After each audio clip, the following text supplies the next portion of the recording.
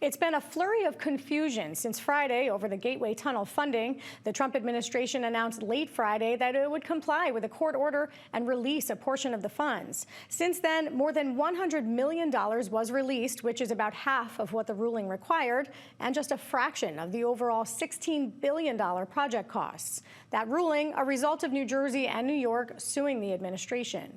But on Monday, President Trump cast new doubts on the future of the project, calling it a boondoggle that would be, quote, financially catastrophic for the region. That's led to strong reaction from governors of both states. Raven Santana has the latest. What should be one of the busiest construction zones in the region is still largely silent, even as some federal funding to the Gateway Tunnel project is beginning to flow. Our organization on both sides of the river probably suffered about 70 or 75 direct layoffs. Work on the $16 billion Gateway Tunnel project, a critical rail link between New Jersey and New York, has been thrown off into uncertainty by a high-stakes political and legal fight over federal funding. Right now on the Tunnelly Avenue, you have one TBM, that is essentially in about 95 different parts that has to be assembled.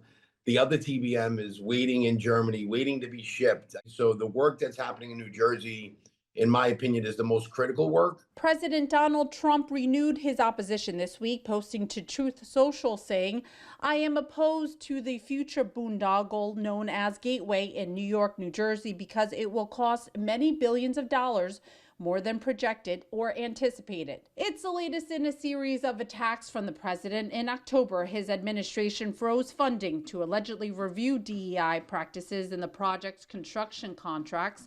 New Jersey and New York then filed a lawsuit claiming the freeze was for political retribution. On Friday, a federal judge ordered the feds to release $205 million, and about half of that has been paid out as of today.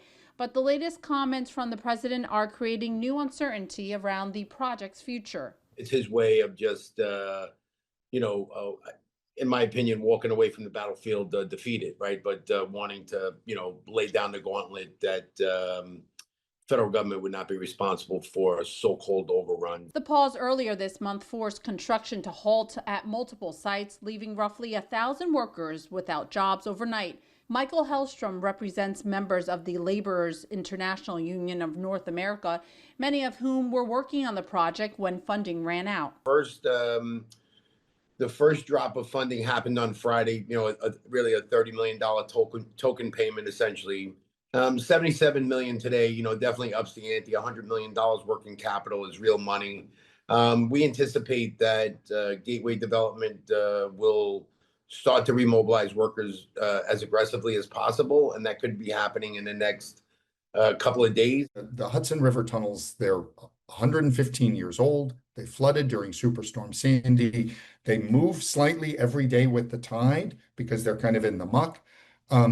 It's absolutely vital that we build Gateway so that we don't lose the capacity and lose the connectivity we have today. Tom Wright, president and CEO of the Regional Plan Association, an independent nonprofit research group, says the stakes go far beyond construction jobs. Once we build Gateway, we can then repair the existing tunnels and bring them up to a state of good repair, and then double capacity under the Hudson River. And the more it gets delayed, the more likely it is that we will have an economic disaster on our hands. And the delays could also lead to increased costs for the project, the very thing the president says he opposes. He estimated conservatively that a 6-month delay in the project would be anywhere from $720 million to $1.34 billion in additional costs to the project. And Wright cautions that the latest legal victory may not guarantee long-term stability. The thing is that doesn't mean that 6, 9, 12 months from now, we won't be back in this situation again. New Jersey leaders are pushing back forcefully. Governor Sherrill called out the president's comments, saying Donald Trump's ridiculous political rhetoric is just another effort to get out of paying what the federal government owes to the most urgent infrastructure project in the country.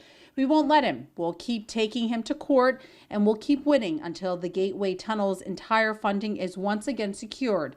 Acting Attorney General Jennifer Davenport echoed the message, pledging, "Make no mistake, we'll keep fighting for this critical project for our workers and for all New Jerseyans."